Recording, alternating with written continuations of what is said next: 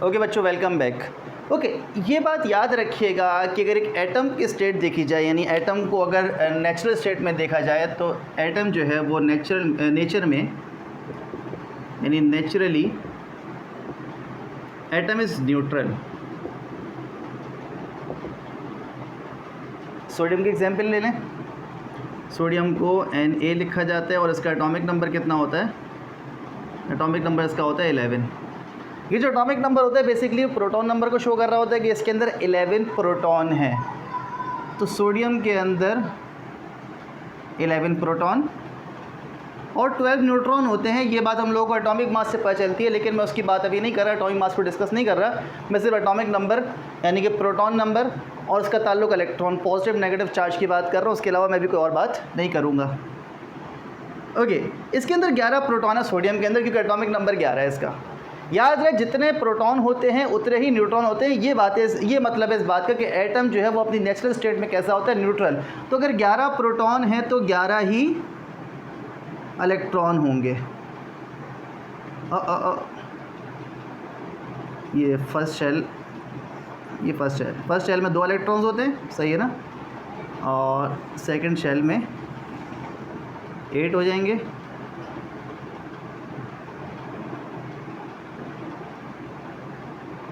और ये हो गए 10 हो गए, सही है ना? पहले शेल में 2, अगले शेल में 8, तो ये कितने हो गए? 10 हो गए। और एक मैंने यहाँ पर बना दिया, ये 11 इलेक्ट्रॉन। तो अगर देखा जाए तो ये न्यूट्रल है कि इसके अंदर 11 प्रोटॉन है, 11 न्यूट्रॉन है। ये मैंने देख लेता यहाँ पर 11 प्रोटॉन यानी कि पॉजिटिव और 11 इलेक्ट्रॉन यानी कि नेगेटिव। तो नेट चार्ज कितना हो गया? 0 हो गया। इसको हम लोग कहेंगे न्यूट्रल, सही है ना? अगर सपोज करें कि अगर किसी वजह से यहाँ पर एक इलेक्ट्रॉन निकाल लिया गया, अगर किसी वजह से एक इलेक्ट्रॉन यहाँ से निकाल लिया गया, क्या प्रोटॉन को छेड़ा? याद रहे, प्रोटॉन नहीं छेड़ते। प्रोटॉन बहुत ही मतलब कह लें कि स्टेबिलिटी के साथ न्यूक्लियस के अंदर ही रहते हैं। वो न्यूक्लियस से बाहर नहीं निकलते, वो एटम को छोड़ के बाहर नहीं निकलते। अगर यहाँ से रिमूव हो सकता है तो इलेक्ट्रॉन रिमूव हो सकता है, प्रोटॉन रिमूव नहीं हो सकते। एक तो वजह ये है कि वो सेंटर में है, यानी कि जाहिर सी बात है वहाँ पर वो स्टेबल बैठा हुआ है, सुकून से वहाँ बैठा हुआ है। दूसरी बात, प्रोटॉन का मास बहुत ज़्यादा होता है as compare two electron. Electron अगर थोड़ी सी एनर्जी दी जाए तो इलेक्ट्रॉन का निकलना आसान होता है एज़ कम्पेयर टू प्रोटॉन। हल्की ऑब्जेक्ट्स अगर सपोज करें यहाँ पर मैं इसको फोर्स दूँ, कोई ऐसी एनर्जी प्रोवाइड करूँ कि ये पार्टिकल्स दूर दूर फैल जाए, तो ऑब्वियसली कम एनर्जी के ऊपर हल्के पार्टिकल्स है वो आराम से बाहर निकल जाएंगे। तो प्रोटॉन के निकलने का सवाल ही पैदा नहीं होता। तो याद रहे कि अगर मैं यहाँ से निकाल सकता हूँ तो इलेक्ट्रॉन को निकाल सकता हूँ, यहाँ से ऐड कर सकता हूँ तो इलेक्ट्रॉन को ऐड कर सकता हूँ। प्रोटॉन नंबर पे कोई फ़र्क नहीं पड़ता। तो अगर सपोज़ करें मैंने किसी तरह से एक इलेक्ट्रॉन निकाल लिया यहाँ पर, -1 इलेक्ट्रॉन, तो यहाँ पे कितने इलेक्ट्रॉन रह जाएंगे? 10 इलेक्ट्रॉन रह जाएंगे, सही है ना? 11 थे, एक इलेक्ट्रॉन को निकाल दिया यहाँ से, कितने? 10 इलेक्ट्रॉन रह गए। मुझे बताइए नेट चार्ज कितना है? 11 प्लस का 11 है और माइनस का 10 है, तो कितना बच जाएगा? जी बिल्कुल, +1 बन जाएगा। ये है नेट पॉजिटिव चार्ज। इसका मतलब ये है कि एक ऑब्जेक्ट को अगर पॉजिटिवली चार्ज आपको करना है, तो आप क्या करें? उसके नंबर ऑफ़ इलेक्ट्रॉन्स को कम कर दें। नंबर ऑफ़ इलेक्ट्रॉन्स को कम करेंगे तो वो जो रेशो है, वो जो बैलेंस है, वो ख़राब हो जाएगा। प्रोटॉन नंबर ज़्यादा कहलाएंगे इसके अंदर, तो होगा क्या? नेट चार्ज कैसा आ जाएगा? +1 आ जाएगा। प्रोटॉन नंबर हमने इंक्रीज़ नहीं करे, हमने 11 के 12 प्रोटॉन नहीं करे। ऐसा नहीं हो सकता कि आप 12 प्रोटॉन कर दें, 13 प्रोटॉन कर दें, या आप 10 प्रोटॉन कर दें, 9 प्रोटॉन कर दें। याद रखें बच्चों, ऐसा बिल्कुल नहीं हो सकता, हरगिज़ नहीं हो सकता। प्रोटॉन को आप नहीं निकाल सकते न्यूक्लियस से, अनलेस एंड अनटिल कोई बहुत ही कोई स्पेशल केस हो, कोई स्पेसिफिक केस हो जहाँ हमारा पर्पस ही प्रोटॉन निकालना हो, वरना हम प्रोटॉन नहीं निकाल सकते। वो न्यूक्लियर फेज़ का एक टॉपिक होता है जहाँ पे हम फिर इलेक्ट्रॉन की तो बात ही नहीं करेंगे ना। खैर, हम लोग बात कर रहे हैं इन जनरल, सही है ना? तो वहाँ पर हम लोग इलेक्ट्रॉन्स क्योंकि बाहर घूम रहे हैं, इलेक्ट्रॉन पहली बात बाहर घूम रहे हैं, जितना दूर इलेक्ट्रॉन होगा न्यूक्लियस से उसको निकालना उतना आसान होगा, और इलेक्ट्रॉन का मास इतना हल्का होता है कि वो यूँ आराम से बाहर निकल जाते हैं।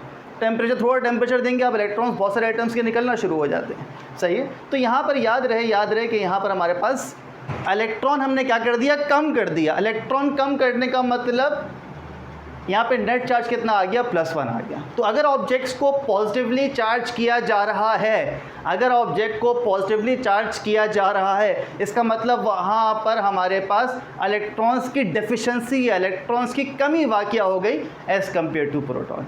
वो जो मैंने पिछले लेक्चर में ये बात कही थी कि पॉजिटिव चार्ज प्रोटॉन की वजह से आता है, हाँ पॉजिटिव चार्ज प्रोटॉन के ज़्यादा होने की वजह से आता है। प्रोटॉन ज़्यादा है, इलेक्ट्रॉन कम है, प्रोटॉन ज़्यादा है, इलेक्ट्रॉन कम है। बट इसका हरगिज़ ये मतलब नहीं है कि हमने प्रोटॉन ऐड किया है, नहीं, हमने इलेक्ट्रॉन्स कम करना शुरू कर दिए जिसकी वजह से प्रोटॉन ज़्यादा नज़र आ रहे हैं।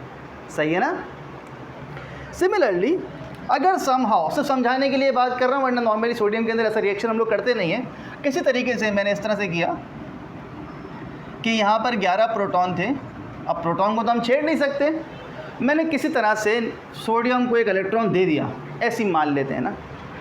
नॉर्मली हम लोग सोडियम के अंदर ये रिएक्शन करते नहीं हैं, लेकिन सब समझाने के लिए बता रहा हूँ मैं। 12 इलेक्ट्रॉन, 11 थे, 12 इलेक्ट्रॉन। अब क्या हो गया, प्लस का 11 माइनस का 12, प्लस का 11 माइनस का 12। जब माइनस करेंगे तो कितना आएगा, जी बिल्कुल आएगा -1। ये क्या कहलाएगा, ये कहलाएगा नेट नेगेटिव चार्ज। इसका मतलब क्या हुआ कि अगर ऑब्जेक्ट्स को आपने नेगेटिवली चार्ज करना है, ऑब्जेक्ट को नेगेटिवली चार्ज करना है, उसके ऊपर नंबर ऑफ इलेक्ट्रॉन्स बढ़ा दें। अगर नंबर ऑफ इलेक्ट्रॉन्स बढ़ा देंगे तो उसकी वजह से क्या हो जाएगा, प्रोटॉन के मुकाबले में इलेक्ट्रॉन्स ज़्यादा नज़र आएंगे, तो वहाँ पर क्या हो जाएगा, नेट नेगेटिव चार्ज आ जाएगा। तो चार्ज ऑब्जेक्ट के ऊपर आता ही इलेक्ट्रॉन के ज़्यादा या इलेक्ट्रॉन के कम होने की वजह से, क्योंकि ऑलरेडी किसी न किसी सब्सटेंस के अंदर जो भी एटम्स हैं उसमें कुछ ना कुछ चार्ज तो है ना, यानी कि जितना पॉजिटिव चार्ज बैठा है उतना नेगेटिव चार्ज बैठा हुआ है। तो वो क्या हुआ, रेशो मेंटेन हुआ है, 0 नेट चार्ज है। अगर आप इलेक्ट्रॉन्स बढ़ाना शुरू कर देंगे उसके ऊपर तो वो नेगेटिवली चार्ज हो जाएगा, और उसके इलेक्ट्रॉन्स अगर निकालना शुरू कर देंगे तो वो पॉजिटिवली चार्ज होगा, क्योंकि प्रोटॉन नंबर पर ज़्यादा नज़र आएगा। सही है। तो आई होप ये वाली बात समझ में आ रही है कि चार्ज का, ऑब्जेक्ट का चार्ज होना उसका जिम्मेदार इलेक्ट्रॉन होता है। सही है, उसका जिम्मेदार इलेक्ट्रॉन का ऐड होना या इलेक्ट्रॉन का सब्ट्रैक्ट होना होता है। प्रोटॉन को आप बढ़ा या कम नहीं कर सकते, प्रोटॉन आप निकाल नहीं सकते, प्रोटॉन आप उसके अंदर ऐड नहीं कर सकते, ये बात याद रखने की है। इसको मैं समझाने के लिए एक और एग्जांपल दे दो नेगेटिव वाले को, क्योंकि हो सकता है ये परेशान करे कि सोडियम में एक इलेक्ट्रॉन कैसे डाल दिया। तो आप याद रखें कि क्लोरीन का एटॉमिक नंबर कितना है, 17। तो इसका मतलब उस पर 17 कितने होंगे, प्रोटॉन होंगे, 17 प्रोटॉन होंगे। जाहिर सी बात है 17 ही इलेक्ट्रॉन होंगे, तो नेट चार्ज कितना हो गया, 0 हो गया। बट सोडियम क्या करते हैं, अपना एक इलेक्ट्रॉन डोनेट कर देता है। इसको आपको याद होगा NaCl के अंदर कि सोडियम एक अपना इलेक्ट्रॉन लूज़ करता है, उसको गेन कौन करता है, उसको क्लोरीन गेन करता है, जिसको हम लोग कहते हैं क्लोरीन आयन। प्रोटॉन नंबर पे तो कोई फ़र्क नहीं पड़ा ना, किस पे फ़र्क पड़ा, इलेक्ट्रॉन नंबर बढ़ गया, एक इलेक्ट्रॉन उसके अंदर ज़्यादा आ गया एज़ कम्पेयर टू प्रोटॉन। अब अगर इसका चार्ज बैलेंस देखा जाएगा, इसका रेशो देखा जाएगा, तो एक इलेक्ट्रॉन ज़्यादा आ रहा है, यानी थोड़ी सी नेगेटिविटी ज़्यादा हो गई है। तो हम ये कहेंगे इसके ऊपर क्या आ गया, नेट नेगेटिव चार्ज आ गया। तो आई होप ये बात समझ में आ रही होगी, और ये बहुत इंपॉर्टेंट बात है। इसमें अच्छा अक्सर लोगों को मिसकंसेप्शन होता है कि चार्ज आता ही इलेक्ट्रॉन के ऐड या इलेक्ट्रॉन के सब्ट्रैक्ट होने की वजह से। और अगेन वो जो मेरे आखिरी लेक्चर की बात कि क्या प्रोटॉन से पॉजिटिव चार्ज आता है, इलेक्ट्रॉन से नेगेटिव चार्ज आता है, इसमें कोई शक नहीं है कि प्रोटॉन से पॉजिटिव चार्ज आता है।